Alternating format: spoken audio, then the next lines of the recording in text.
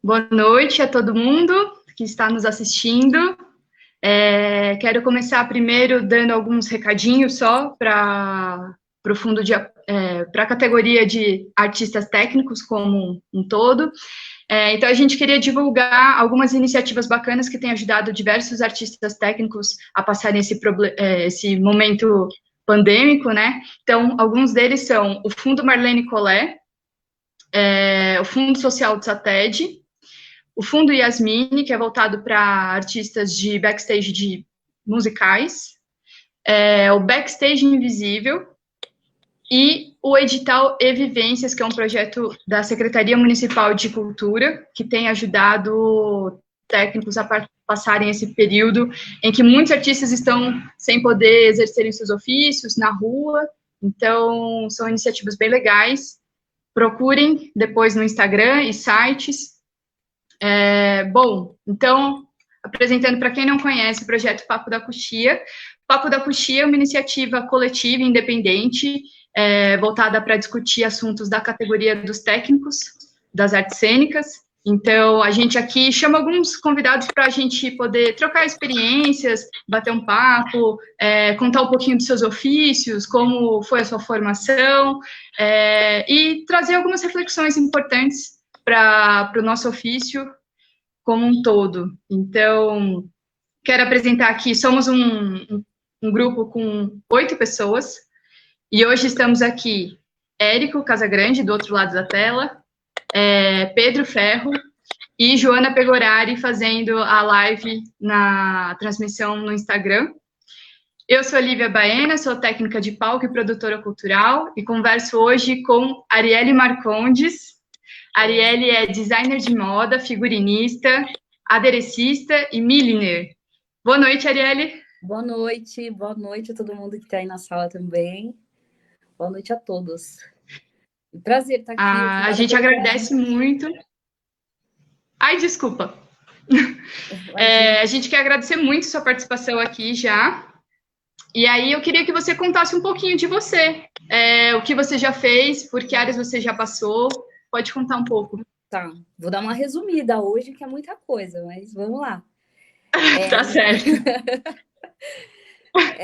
Bom, como a Olivia já falou, meu nome é Arielle, eu sou aderecista, figurinista, milliner, eu já trabalhei com produção também, já trabalhei como produtora de objeto, sempre nessa área de arte. E já passou por... Desculpa te interromper, pode ir. Pode falar. Não, foi só porque deu uma travada. Eu achei que eu queria que você falasse todas as áreas que você já passou, porque você já passou por muitas áreas, né? Ah, sim. Então, eu comecei trabalhando com teatro, meu primeiro contato com figurino, e aí depois eu fui para audiovisual, fiz algumas publicidades, nem todas, assim, publicidade eu fiz mais com assistência e também fiz adereço. E aí também eu trabalhei em musical, em alguns shows também internacionais. Bom, deixa eu lembrar aqui que a cabeça às vezes dá uma falhada. Mas basicamente é isso, assim, dentro do figurino, assim, eu trabalho em vários setores, assim, não só no teatro, como shows também. Ópera, né? Festivais. Sim, ópera também. Festival eu trabalhei, 2 festivais, foi o EDC e o Lollapalooza, já trabalhei algumas edições também.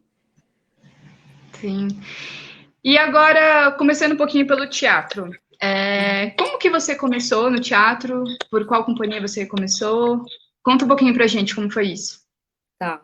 Então, aí só para vocês saberem, eu vim de moda, eu não tenho uma formação nível superior, mas eu trabalhei durante 5 anos como estilista.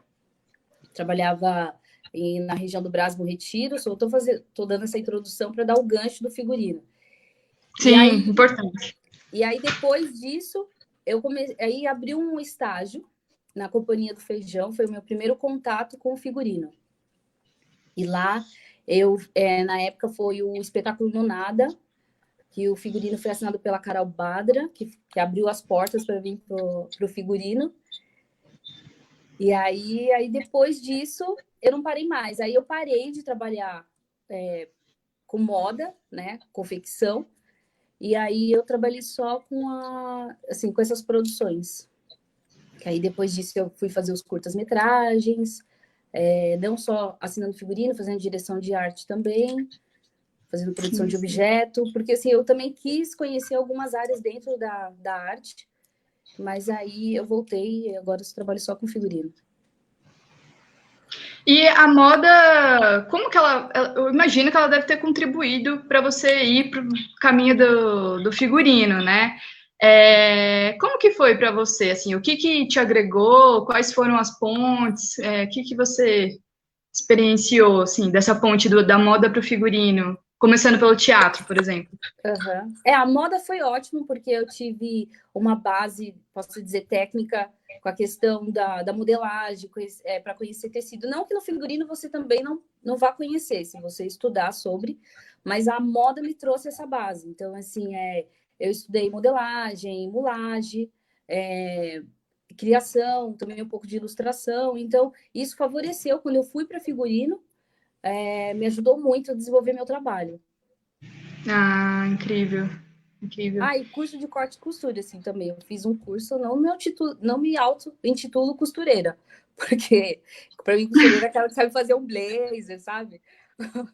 mas sei costurar também, então todo esse suporte, essa base que eu tive contribuiu muito, assim, porque na hora da criação eu tenho uma visão um pouco mais ampla, né?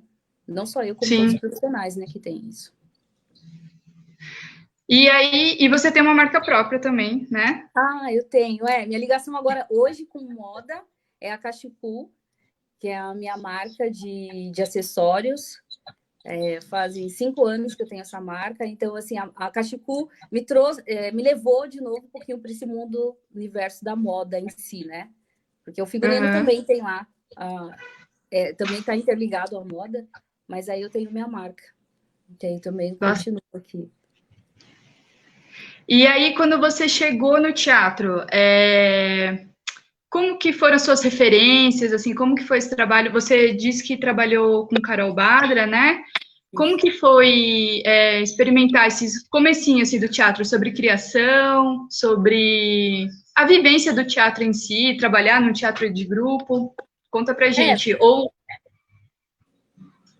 pode falar, desculpa. Pode falar você. Tá. Então, trabalhar, assim, porque como eu fiz essa transição, né, da moda pro teatro, então foi bem assim, como eu posso dizer uma palavra assim? Foi bem diferente, assim, universos diferentes, né? Que me fugiu a palavra agora da cabeça.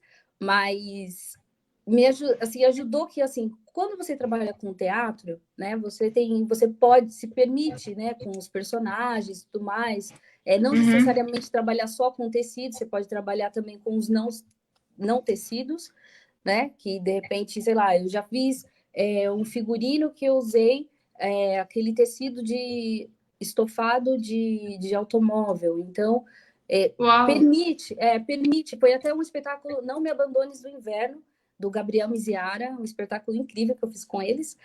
E então permite mais com que você ouse, que você use outros tipos de material, que eu acho incrível.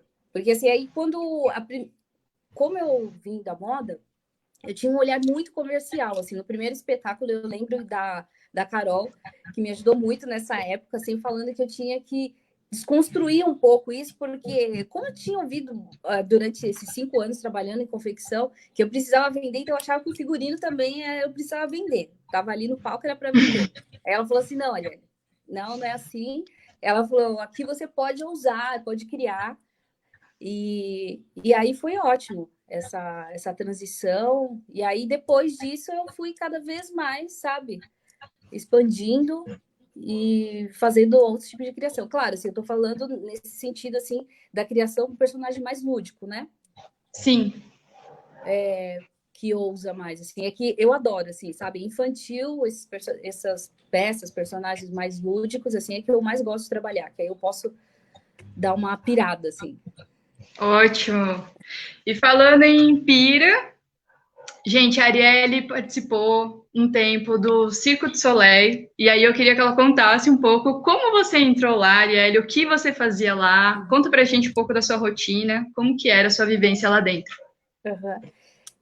Eu participei de 2 espetáculos, o primeiro foi o Alegria, e aí tem até uma história engraçada, assim, como eu cheguei no Alegria, né, porque teve todo um processo seletivo, e aí a última entrevista era com o produtor de figurino, que era o gringo, né, que entrevistava as candidatas.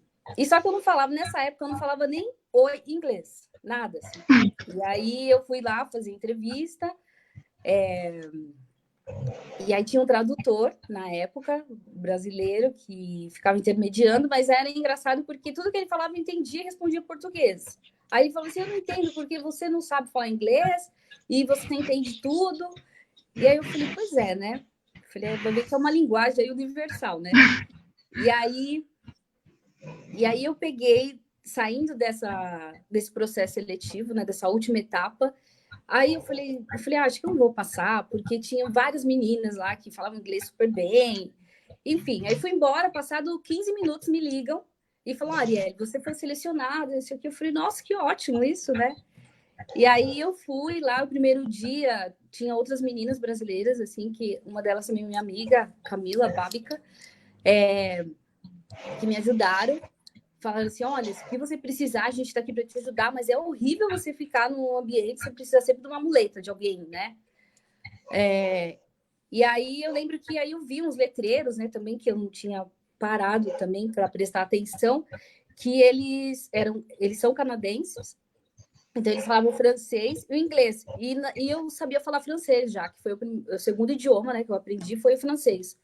E aí foi ótimo, que aí depois disso eu comecei a falar com eles em francês, aí eles se sentiram até um pouco mais aliviados com isso e falou assim, então ótimo, que agora a gente pode conversar melhor. E aí foi também uma fase boa que também deu um up no meu francês. E esse daí foi o primeiro espetáculo que eu fiz aqui em São Paulo e fiz também em Porto Alegre. Foram 4 meses só de espetáculo. E aí, depois, o segundo foi o Varecai. E aí, esse daí, eu fiz a turnê toda deles do Brasil durante 1 ano. Então, foi uma experiência bem, bem legal. Assim, foi uma experiência, foi um trabalho incrível. E foi uma escola também para mim. Porque durante a turnê, eu conversei com o meu chefe e aí eu perguntei para ele se eu não podia também fazer outras coisas além do meu trabalho, né? Porque eu trabalhava no período da manhã, então a minha função era organizar todo o camarim, verificar os figurinos e, enfim, aí conversei com ele, ele falou, sim, você pode fazer outras coisas. E ele falou, mas o que você gostaria de fazer? Aí eu comecei eu aprendi a trabalhar com perucaria e também com chapelaria. Então ele me dava pequenos projetos para fazer. E aí nisso eu passei, posso dizer, quase 6 meses mais com a perucaria do que até com a chapelaria em si, né? Que até eu cuidava lá, teve em algumas cidades, assim, eles deixavam e eu fazia toda a parte da perucaria.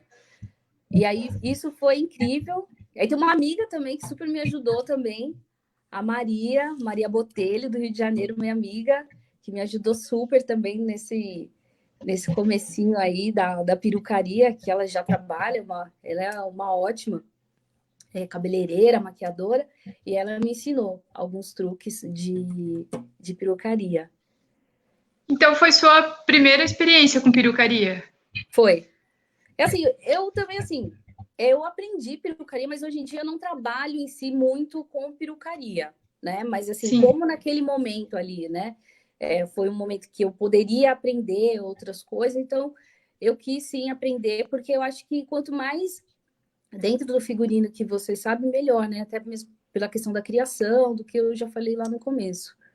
E aí também tinha alguns projetos de chapelaria, né? Uhum. Mas aí foi também um início aí também que eu comecei acho que eu acho que um início, assim, que em alguns espetáculos passados também eu já tinha trabalhado com alguns chapéus, desenvolvido algumas coisas, mas eram poucas peças. E é difícil, perucaria? Tem uma rotina de cuidados? Como que é a manutenção desses itens? Eles duram uma temporada inteira? Como que funciona essa reposição? Conta um pouco pra gente desses menores detalhes. Então, na real, assim, tem uma manutenção diária, né? Porque elas têm que estar impecáveis, lindas. E aí, assim, uma vez na semana era lavado, feito novos penteados, era também colocando uns bobs também nas perucas. E eu sempre deixava, tinha os backups, né? Então eu sempre deixava algumas prontas, que se acontecer alguma coisa durante o show, tinha lá para repor. Então tinha, assim, esse cuidado semanalmente e diariamente também. Elas ficam em ar-condicionado? É isso? Eu ouvi falar uma vez, ou não precisa? Então, o ambiente lá tem ar-condicionado, mas não necessariamente que elas precisariam ficar em ar-condicionado. Assim, eu, na real, eu usava até os secadores, não, os ventiladores que tinham lá para ajudar a secar, mas não necessariamente não precisa do ar-condicionado, não. Entendi, legal. Bom, e falando agora um pouco de um outro trabalho seu, de musicais, indo agora para musicais, eu queria te perguntar como que foi produzir adereços para o Rei Leão, que eu sei que você fez. Queria que você contasse um pouco do desenvolvimento desse trabalho. O Rei Leão foi um trabalho super prazeroso também de fazer, porque eu comecei a trabalhar na pré-produção, então eu desenvolvi muitas peças, como o colar do Mufasa, teve outras peças também das Leoas, da Rafiki, enfim, tinha várias peças, então foi ótimo, porque aí eu trabalhei na pré-produção, que foram acho que uns 5 meses antes da estreia do espetáculo. Então aí trabalhava num ateliê, e aí foram feitos vários adereços confeccionados, porque tinha a medida dos atores, então tinha que ter uma modelagem específica. Então aí eu... Oi? Pode falar, desculpa, tá tocando um alarme aqui. Tá. Então, aí tinha a modelagem, né? Então tinha que ter um caimento bom para cada ator. Então foram desenvolvidas peças aqui. E aí, depois dessa pré-produção, nós fomos para o teatro, que aí foi só os ajustes, e aí depois, durante, né, a temporada, eu fiquei fazendo a manutenção. Porque a Broadway, assim, eles têm um sistema que eles gostam, que eles têm uma bíblia, né, que eles seguem rigorosamente os figurinos, cores e texturas. E aí, como eu já tinha passado por todo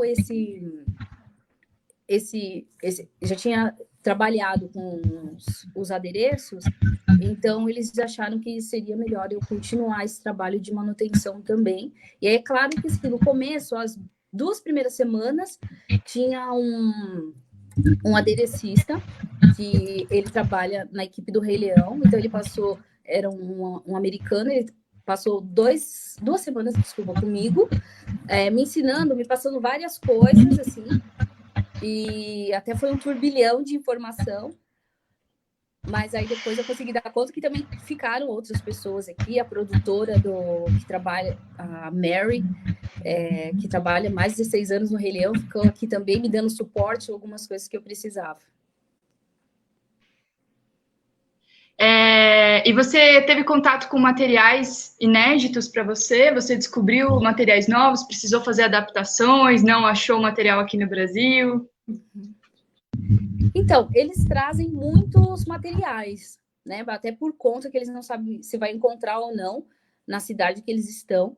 Mas eu lembro que teve, sim, até uma questão de uma palha, que tinha um chapéu dos gnus. E aí eu tentei até tingir a palha aqui de laranja e não deu certo.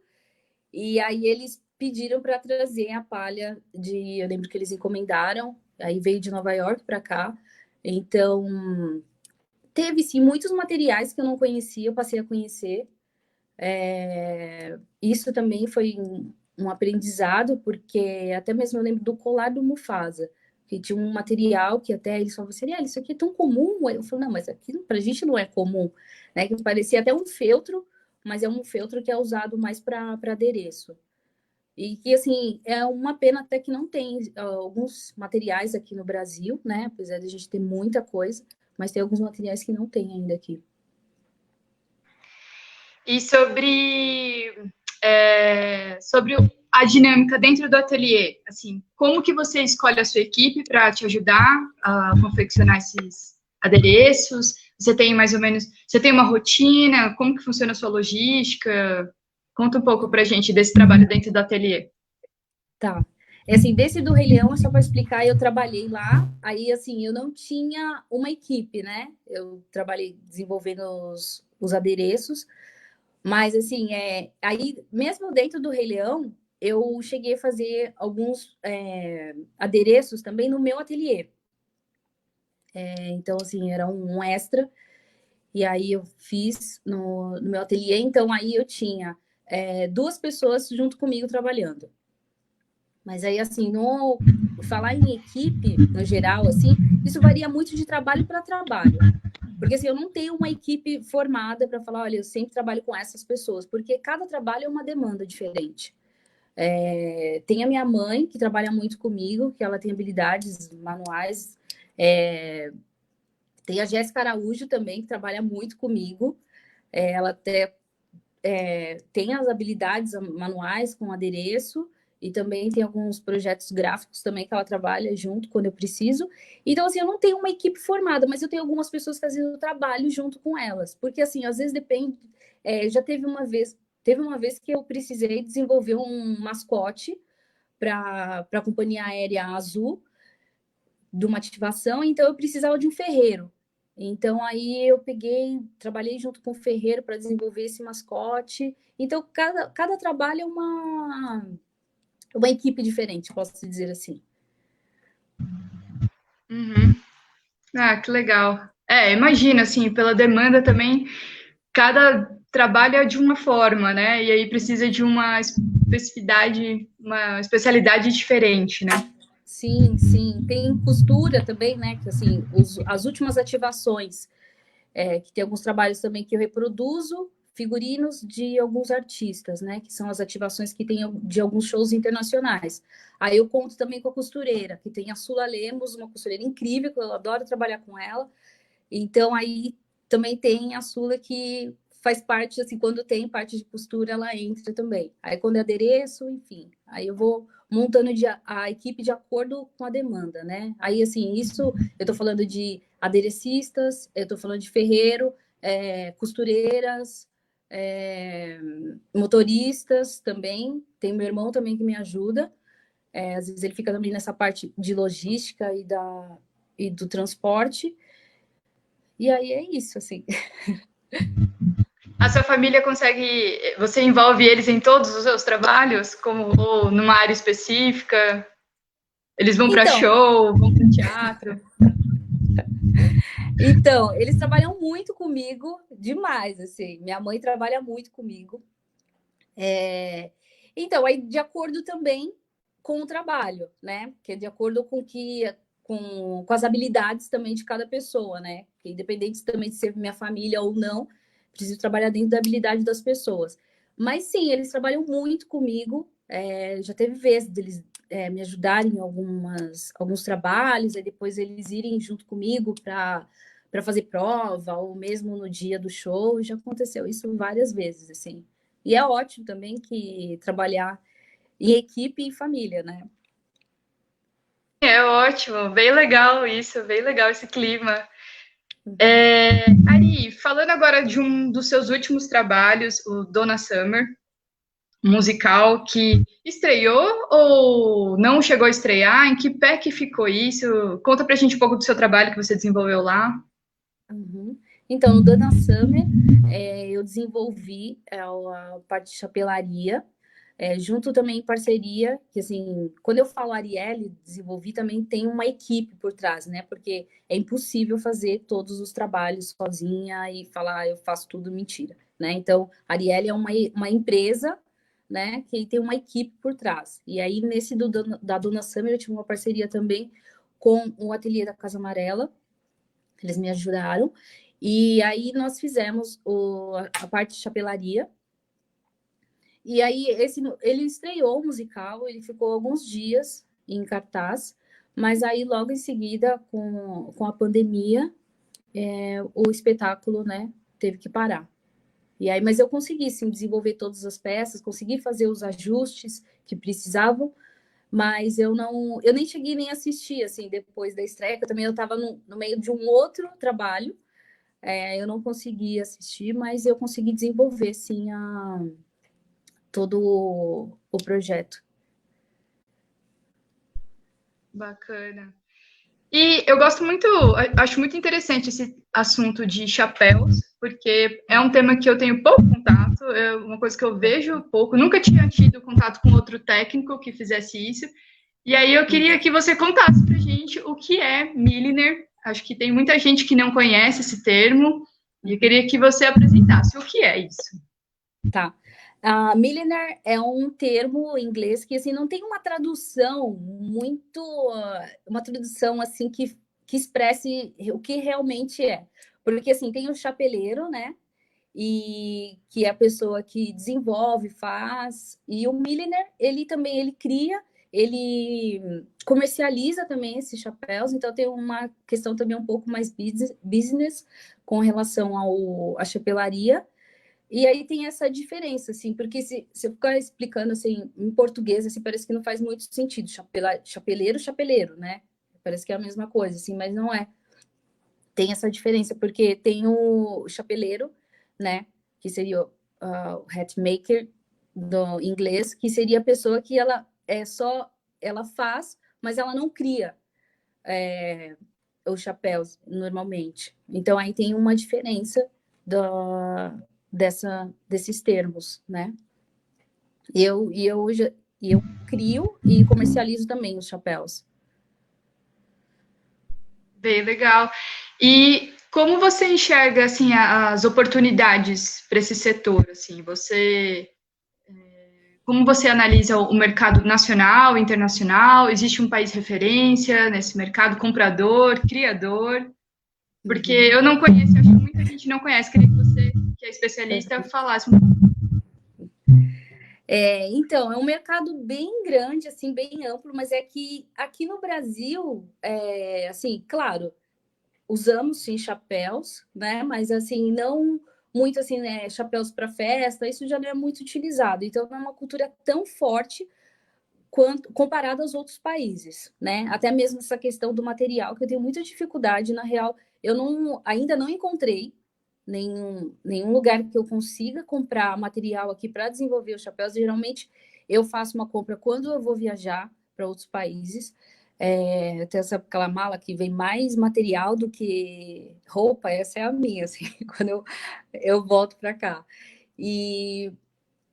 Mas é um setor grande que, assim, eu aprendi, eu fui estudar, porque, assim, terminando o Rei Leão, né, que eu também tive que reformar, fazer alguns chapéus também, terminando esse espetáculo, eu fui estudar chapelaria. Aí eu fui para Burlingame, fui estudar numa galeria, porque a minha trajetória, assim, na real, eu queria participar de uma conferência de chapéu que ia acontecer em Tennessee.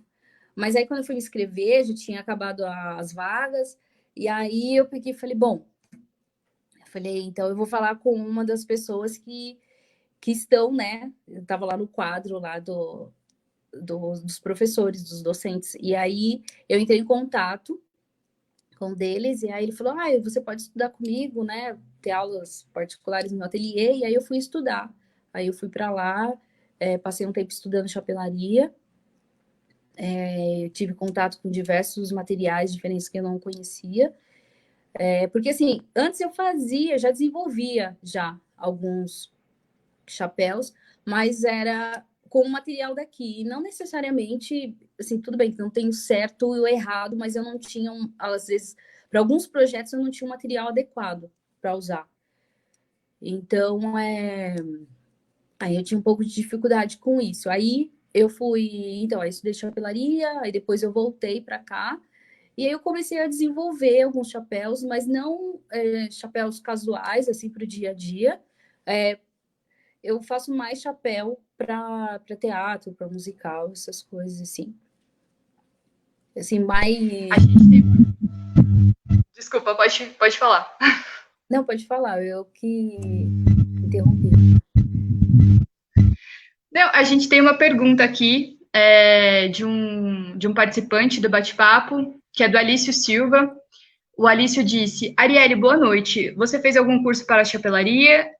Para quem quer desenvolver algo nessa área, como pode acessar essa arte? Então, eu tive muita dificuldade para estudar chapelaria aqui no Brasil. Não sei se de repente tem algum chapeleiro aí, né? Que eu não tenha tido a oportunidade de ter o contato, mas eu não consegui. Eu fiz até um curso, mas aí um curso assim que mais era basicamente customizar chapéu, então não era esse meu foco. Eu queria aprender do zero, de ter contato com os blocos, que os blocos são umas formas, que ela pode ser de alumínio ou de madeira, que é onde que você vai esculpir esse chapéu, né? Que você vai colocar, se for de feltro, você vai moldando até chegar no formato que você quer. E, e aí, justamente, assim, eu procurei aqui, eu não encontrei nenhum curso como eu estava planejando fazer, e aí por isso que eu fui estudar fora. Eu fui estudar nessa galeria em Burlingame, que é uma cidade próxima de São Francisco. Mas, assim, tem muitos livros de chapelaria também, que dá para consultar, mas é diferente você ver lá no dia a dia, né, de ter contato com o material e fazer do que só ver na teoria. Mas, infelizmente, aqui eu não sei indicar algum curso aqui no Brasil de chapelaria. Assim, os cursos que eu fiz foram todos fora. E tem essa diferença dos materiais, como você disse, né? Que você não encontra aqui. Então, acho que isso também leva uma coisa, leva a outra, né? E aí, pegando nesse assunto de materiais, você que já teve aí vários contatos com, imagino, com diversos tipos de chapéus, que materiais você nem imaginava que dava para fazer o chapéu e você teve contato? Conta pra gente alguma experiência inusitada, algum material que você usou de outra forma. Material, assim, que eu já usei de outra forma. Porque assim, a chapelaria em si, ela permite você usar diversos materiais, né? Mas aí, assim, quando eu falo até dessa questão, assim, de sentir falta de não ter material, dessa base, né? Porque tem alguns materiais, igual assim, o Fos Shape, que é um material que eu adoro para trabalhar, e eu não encontro esse material aqui. Já até fiz, já tentei ver se eu conseguia, não consegui. E o aquaplástico também, que é um material também que é incrível, que dá para fazer base de chapelaria.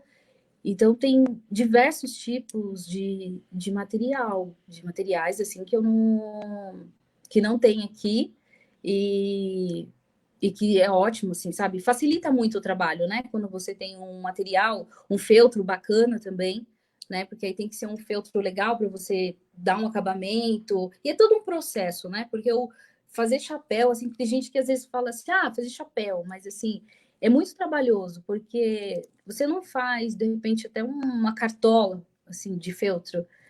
Você demora uma semana, até, às vezes mais, assim.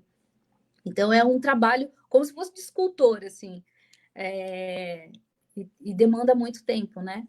Mas é muito prazeroso, assim, é uma coisa que eu gosto muito de fazer, assim. Eu comecei a trabalhar com isso, estou me especializando, ainda tenho muito que aprender ainda, mas é uma coisa que eu gosto muito.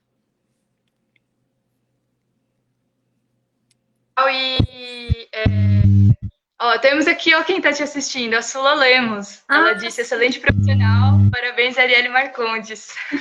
é a Sula que eu falei agora há pouco. A Sula é uma excelente costureira. Ela trabalhou comigo no. Ela desenvolveu uns macacões que eu fiz um figurino do flash mob do Roger Waters.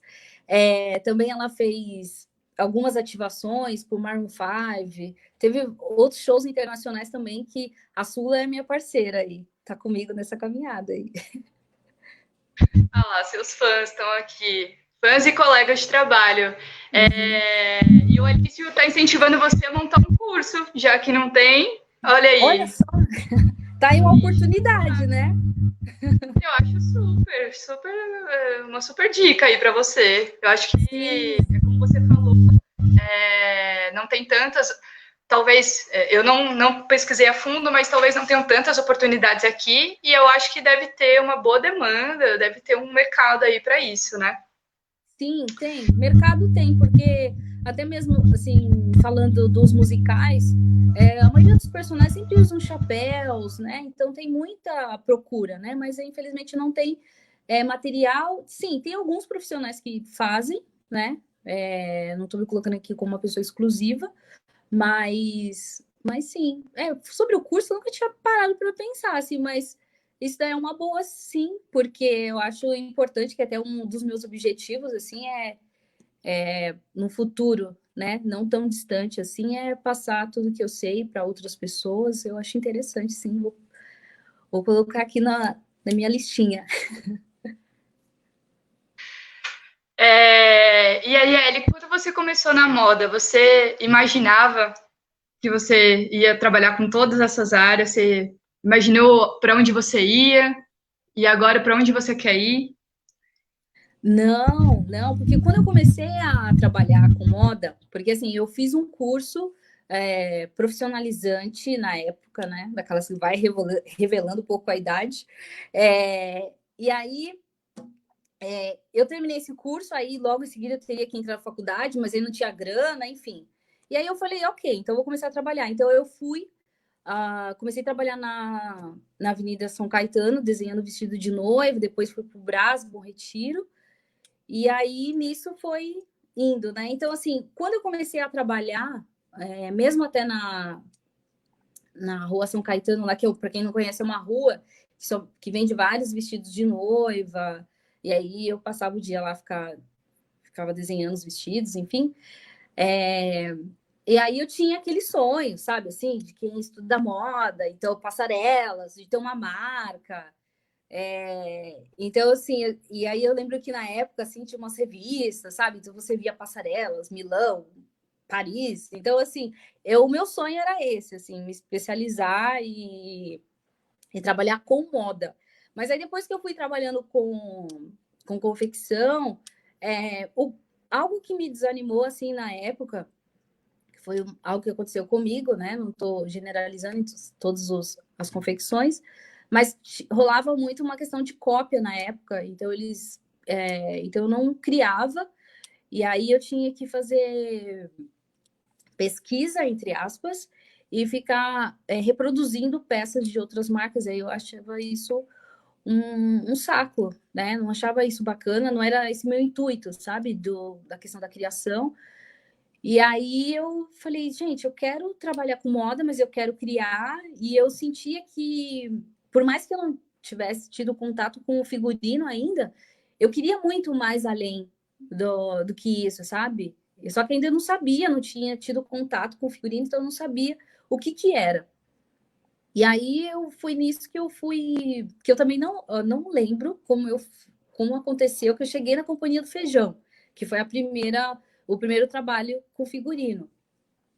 Mas aí eu lembro que quando eu comecei a trabalhar com a Carol, eu falei, gente, é isso que eu quero para minha vida, sabe? É figurino, é isso que eu tava procurando na real, sabe? Desenvolver muito mais além, sabe? De poder mesmo viajar e pirar. Mas sim, antes eu tinha essa visão de moda e passarela, nanana.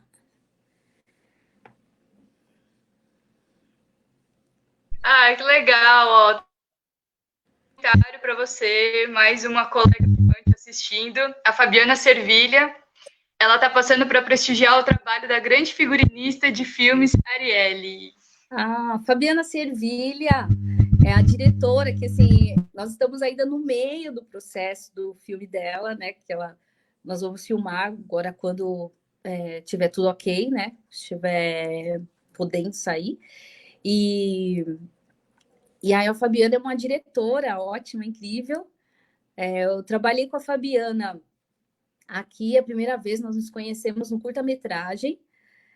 Aí depois, nós fizemos também um curta lá em Los Angeles, que foi uma experiência internacional que eu tive. Na real, a Fabiana que me indicou para esse trabalho, que eu estava lá, e aí eles estavam à procura de uma figurinista, e aí ela me indicou, aí eu lembro que eu estava longe, aí eu falei com a produtora, ela falou assim, olha, a gente precisa fazer uma reunião amanhã, pode ser? Eu falei, pode. Aí eu peguei o ônibus, fui para Los Angeles fazer essa reunião, e aí foi incrível, assim, essa experiência também com a Fabiana, e aí eu também agora estou nesse projeto com ela, do Histórias Estranhas, um filme de terror. É um longa? É um curta. É um curta-metragem. Legal. Mas o trabalho deve ser tanto quanto, né? Porque desenvolvimento de figurinos e tudo mais. Sim, sim, sim, toda pesquisa, desenvolvimento, criação, independente se for um trabalho, né, pequeno ou grande, assim, exige todo esse trabalho, né, de pesquisa, desenvolvimento, busca, às vezes, de novos materiais. Filme de terror é bacana, que também possibilita também usar em alguns personagens, né, você pode usar um pouco mais. Eu já fiz também um outro filme, também de terror, que foi o Inquérito Policial. E aí, esse filme também, assim, eu lembro que teve um tratamento no figurino para envelhecer, e aí foi bem legal. Isso que também é uma parte que eu gosto muito, assim, dessa finalização do figurino, né, desse tratamento, porque tem o personagem, e aí, de repente, ele precisa parecer que ele, sei lá, estava 300 anos enterrado. Então, precisa trazer isso para o figurino, né? Quer dizer, o figurino é uma das partes que compõem, né, o personagem, e aí fazer esse tratamento de desgaste, de chegar nessa imagem, né, nesse visual, assim, que é o personagem, é muito interessante. Eu gosto muito disso. E você nota muita diferença entre as técnicas estrangeiras e as nacionais, nesse sentido? Como o envelhecimento que você falou, por exemplo? Assim, não digo na técnica em si, mas eu acho que é a questão de alguns produtos, e assim, eu lembro que quando eu fui viajar, e eu passei numa loja, acho que foi em Los Angeles, e aí eu lembro de ter várias já misturas meio prontas, assim, sabe, para você, envelhecimento aqui de terra, e aí era mais fácil, assim, do que esse processo que às vezes tem muita gente que eu conheço, alguns figurinistas que ainda enterra roupa para envelhecer. Eu não faço, eu trabalho mais com pintura. Eu prefiro trabalhar com a pintura do que com essa questão de ficar enterrando figurino. Mas tem, assim, uma diferença, eu acho que é mais essa questão, assim, de ter outros recursos, mas, assim, aqui também nós temos, né? E também tem trabalhos incríveis também que acontece aqui, com material daqui. Mas, assim, o que eu sinto, às vezes, é alguns materiais, assim, que facilitam muito no desenvolvimento, assim, até como eu falei na questão da chapelaria, adereço também. Então, tem alguns materiais que eu sinto falta de não ter aqui no Brasil, né? E aí, assim, aí acabo, claro, me adaptando. Mas aí, uma vez que, às vezes, você conhece o tipo de material que você já trabalhou, você fala, nossa, aquilo vai facilitar, tipo, minha vida 1000 vezes. Mas aí você se adapta, né? Mas às vezes também, às vezes você adapta e fica bacana, mas às vezes você adapta e não chega no resultado como você gostaria que ficasse. Também acontece muito isso comigo. E a gente tem aqui a participação de uma pessoa que você conhece, que já trabalhou com você, Elisete Jeremias, está pedindo para você contar um pouco da loucura dos camarins de Força Bruta. A Elisete, uma querida. 4 sessões por dia. Exatamente. Essa época nem precisava fazer academia. Só 4 sessões já estava o suficiente. A Elisete, nós trabalhamos juntas no Força Bruta. A Elisete, nossa, foi uma super parceira lá, quando tinha lá umas desmontagens e montagens. E aí o Força Bruta foi um trabalho que eu trabalhei como produtora de figurino, então estava responsável pela manutenção dos camarins. Tinha mais 2 pessoas que trabalhavam comigo, que elas trabalhavam na parte da passadoria, de lavanderia, porque eram muitos figurinos. Mas aí foi uma experiência bem legal, assim, ela falou, né, da loucura que era, assim, porque, óbvio, tipo, 4 sessões era muita coisa, mas foi um trabalho bem, bem gostoso, assim, de fazer. Foi assim, eu não produzia nada do zero, então, assim, a minha função lá era cuidar dos figurinos, ver se estava tudo certo, tudo ok, também com a relação das pessoas, né, dos atores e bailarinos que estavam vestidos, ver se estava tudo certo. Então, sempre gostava de verificar, de checar todo mundo antes de começar o espetáculo, se estava tudo certo. Ficava ali também durante o espetáculo de stand-by, de repente, se precisasse, né, de alguma coisa, se acontecesse alguma coisa durante o espetáculo, então estava ali para ajudar. Mas foi uma experiência bem legal. Para quem não conhece, Força Bruta é um espetáculo argentino. Eu trabalhei com eles 2 vezes aqui no Brasil, em São Paulo e no Rio de Janeiro. E qual o tamanho da equipe, assim, dos atuantes? Vamos dizer assim, são atores? Posso chamar de atores, performers? Isso, porque o Força Bruta é mistura, né? Um espetáculo que mistura performance com dança, com teatro. Então são artistas, né? Que tipo que desenvolve todo aquele espetáculo. Ó, a gente tem mais um comentário aqui. A Sui Cavalcante está falando, Ari, maravilhosa, produziu o figurino do primeiro show da minha banda, Sui e Mocaia. Lindos, todos de verdade. É a Su Cavalcante, Cavalcante, olha, eu errando o sobrenome da amiga, né? Que além de uma grande profissional, minha amiga também, desenvolvi o figurino para ela.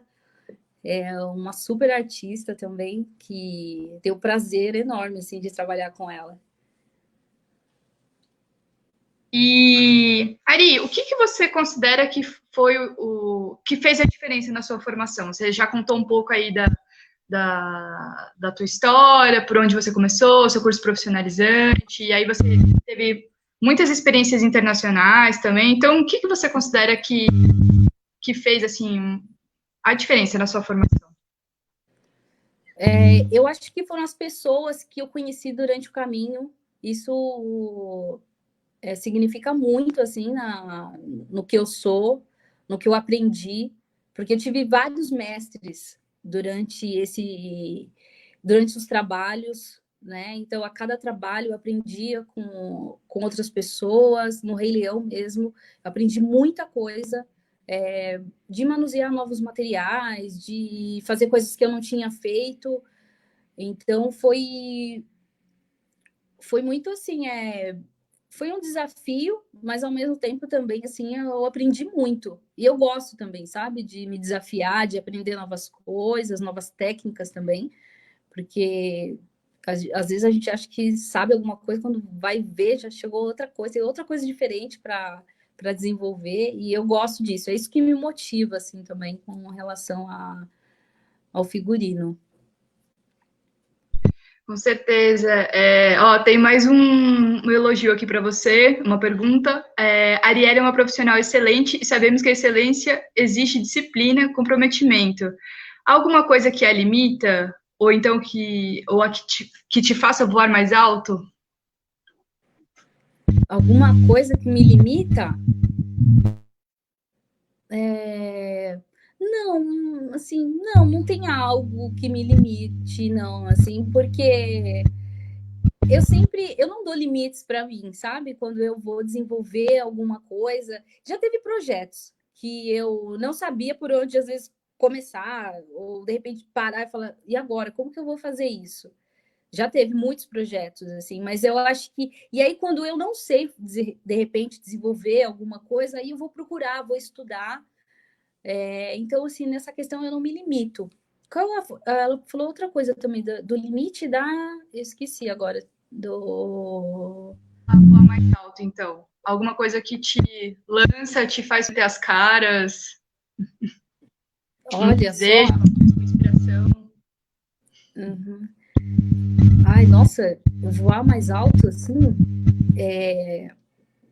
eu acho que responde um pouco do que eu falei, assim, né, dessa questão de eu não me limitar mesmo, assim, de não criar essa barreira. Então, com isso, cada vez mais eu quero mais, né? Então, até mesmo no começo, eu lembro que eu comecei a trabalhar com teatro, e aí depois eu falei, não, eu quero trabalhar com cinema, eu quero fazer publicidade, eu quero trabalhar com show. E aí, nisso, e assim, até no audiovisual, quando eu comecei a fazer os curta-metragens, eu não sabia o que era câmera.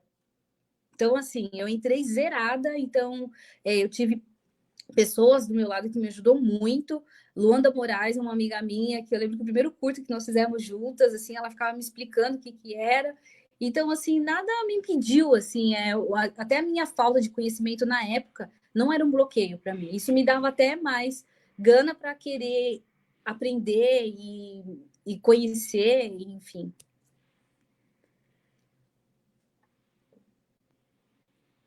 É legal você falar isso, né? Porque eu tenho certeza que tem muita gente assistindo a gente que quer seguir, que já é técnico ou que quer ser técnico, né? Seja lá em qual categoria for, seja costureira, quer executar um projeto de maquinária, de contrarregragem, e às vezes se põe limites, né? Como, por exemplo, o idioma, né? Você teve várias experiências internacionais e como você contou, você, quando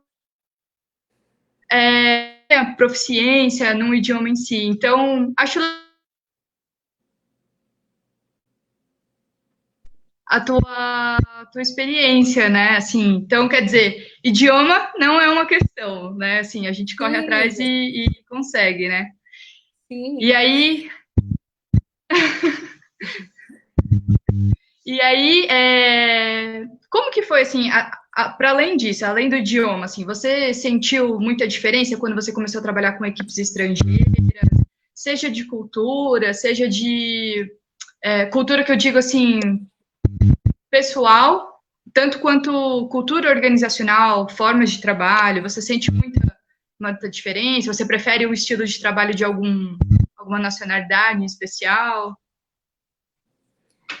Eu aprendi com muitas culturas, assim, trabalho bastante com americanos, aprendi muito com eles, assim, eles são extremamente disciplinados. Tive contato também com europeus, assim, franceses, italianos, espanhóis também. E aí cada um trabalha de uma forma, né? Eu acho que não tem esse lance do que é melhor, o pior, mas eu acho que eu acabei aprendendo com vários. Argentino também, os argentinos também trabalhei. E aí eu vou somando, assim, sabe? Eu vou pegando esses aprendizados, mas assim, dificuldade, eu não tive dificuldade para trabalhar com estrangeiros, assim, com outras pessoas de outros países.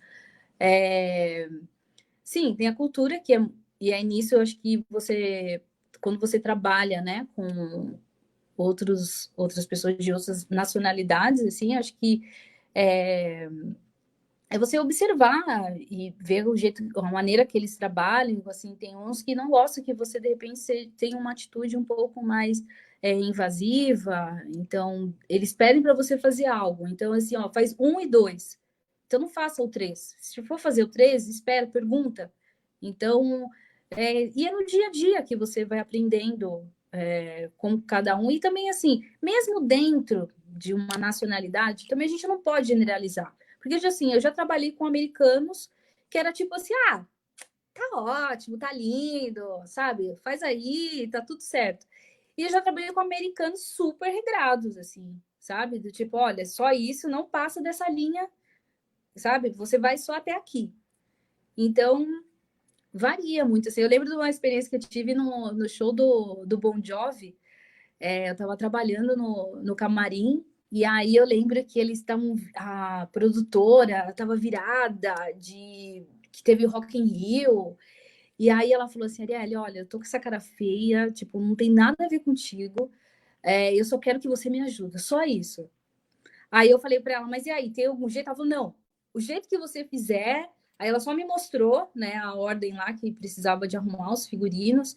E ela falou, mas é isso, eu quero que você me ajude. E aí eu comecei a conduzir as coisas e falar para ela, ó, eu coloquei, sabe, ó, o sapato tá ali, as roupas aqui, não sei o quê. Ela falou, não, tá tudo certo, tá tudo certo. Então, assim, né, acho que mesmo estando aqui também no Brasil, também acho que a gente não pode generalizar, tem vários profissionais que trabalham de diversas formas, né? Mas eu não tive dificuldade, não, assim. A questão também do idioma, para mim, também não foi uma barreira. Mesmo nesse primeiro espetáculo do Circo du Soleil, quando eu não sabia falar inglês, apesar que eu sabia falar francês, quer dizer, sei falar francês, então isso também não foi uma barreira para mim. Que eu acho que às vezes também a gente coloca, às vezes, algumas barreiras na nossa vida, e isso impede muito, né, da gente dar um passo à frente, né, de a gente poder, de repente, ousar um pouco mais, assim. E a Arielle é destemida, gente. Ela, para quem não conhece, ela tem uma ótima energia, é muito simpática. Então, acho que só esse sorrisão também abre muita porta.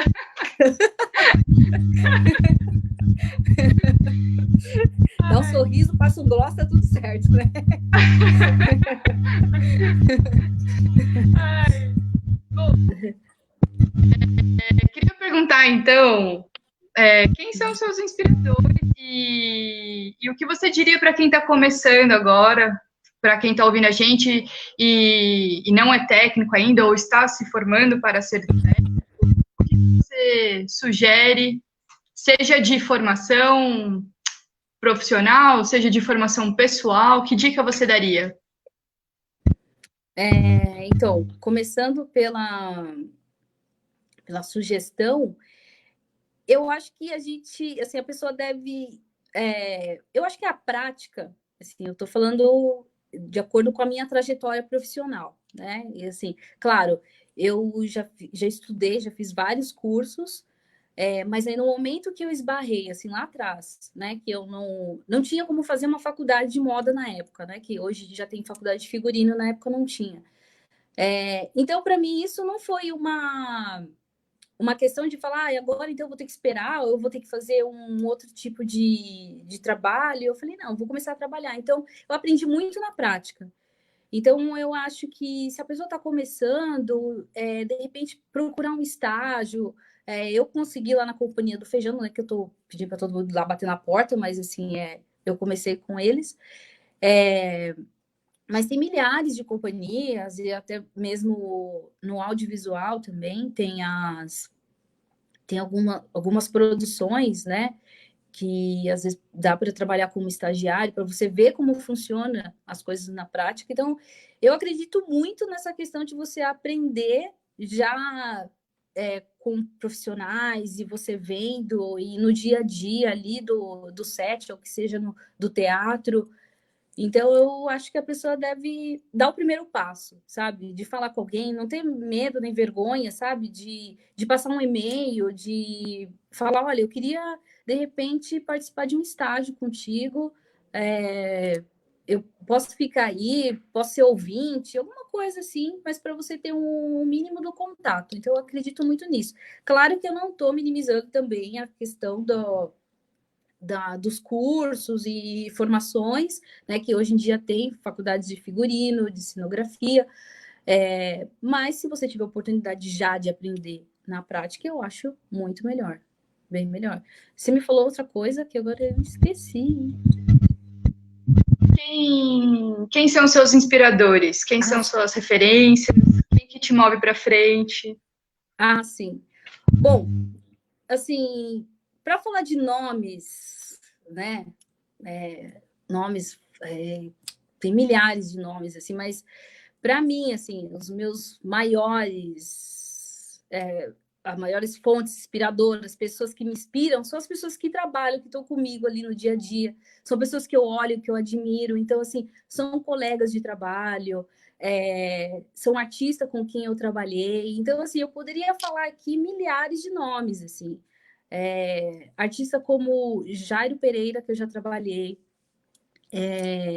Ana Trea também, Josi Lopes, são pessoas que eu admiro e eu me inspiro também nelas. Então, assim, eu fico até lisonjeada de trabalhar com essas pessoas, de ter trabalhado, de participar.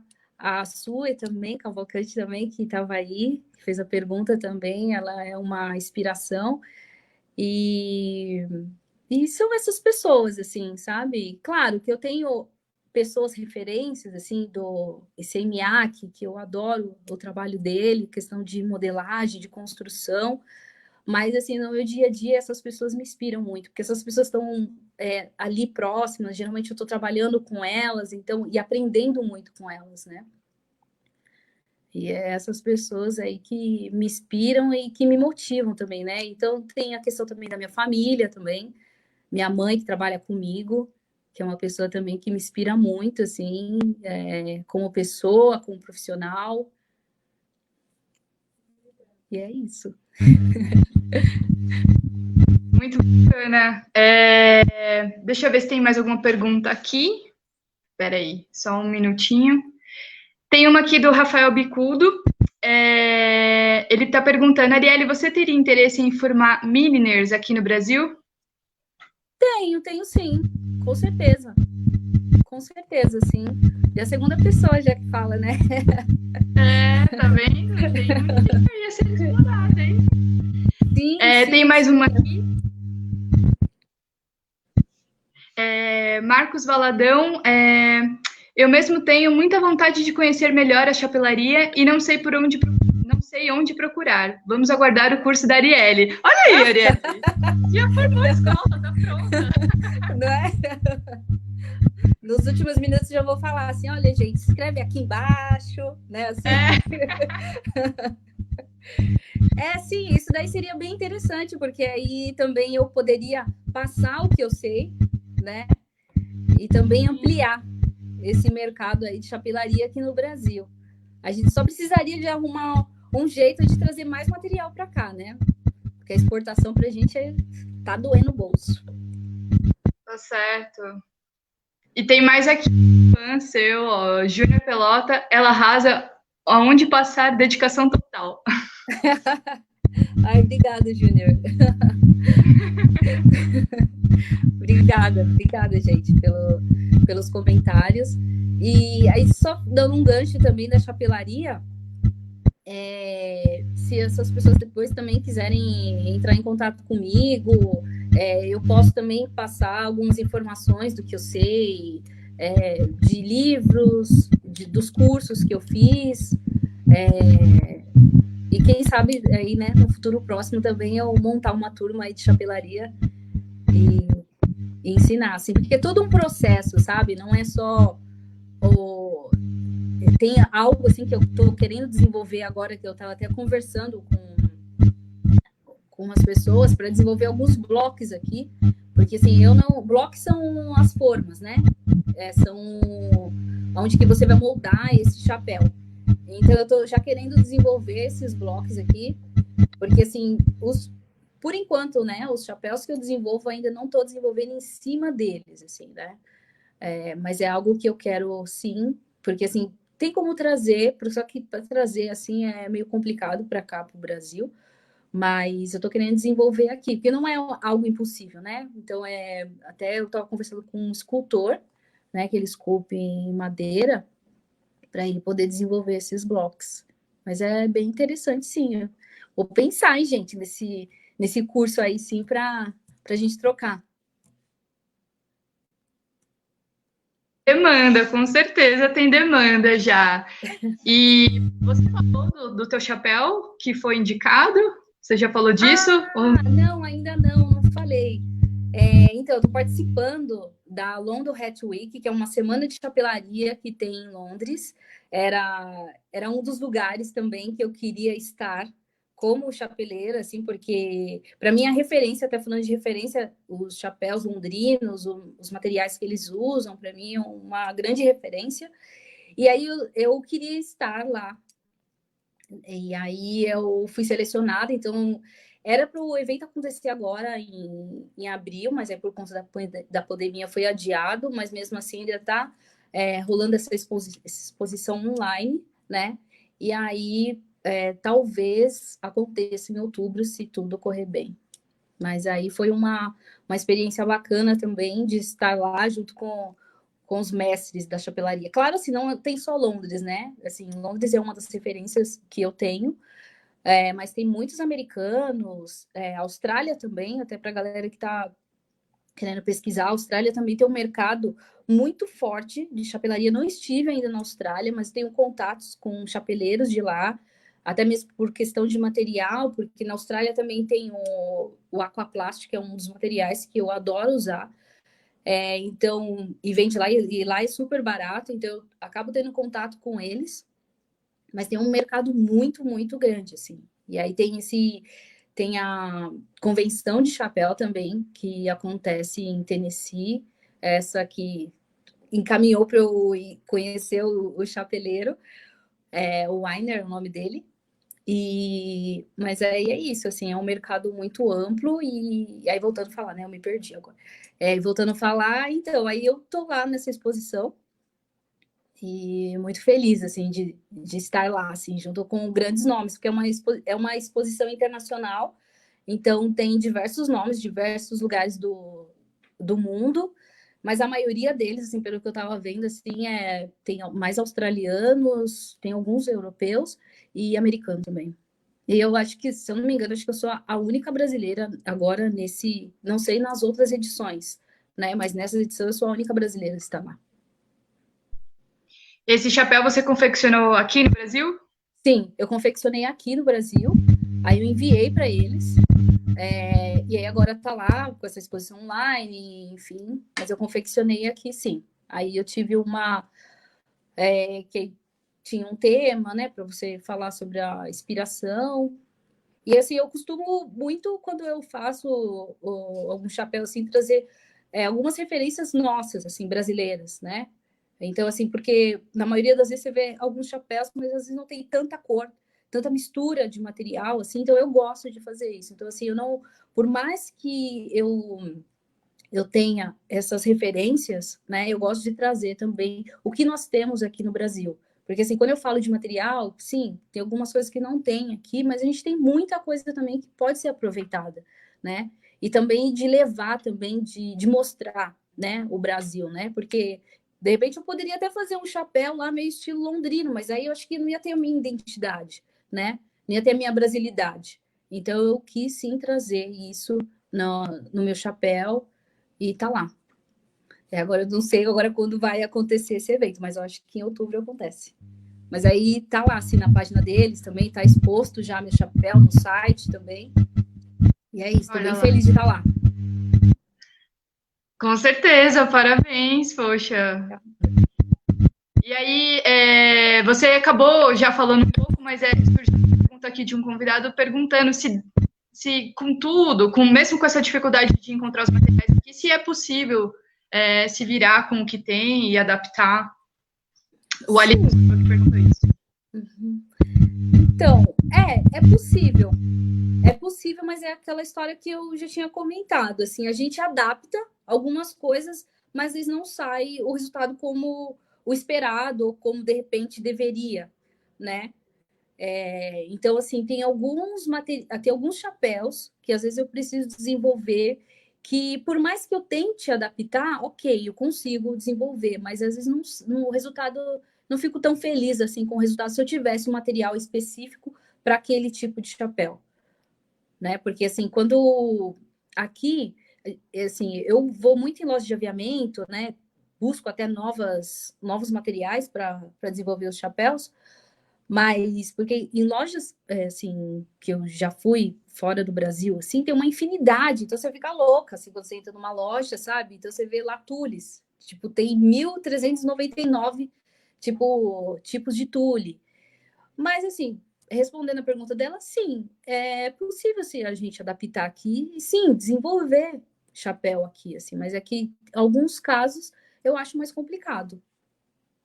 É por isso que, às vezes, eu mesma acabo comprando material quando eu vou, ou às vezes também comprando online. Assim que o ruim também é que às vezes tem alguns materiais que quando eu tento comprar online, eles às vezes não entregam aqui no Brasil, aí tem umas burocracias, e aí é meio complicado, mas às vezes também eu compro online, quando é possível, ou às vezes também entro em contato com pessoas que estão lá, colegas, amigos, e também peço para enviar para mim.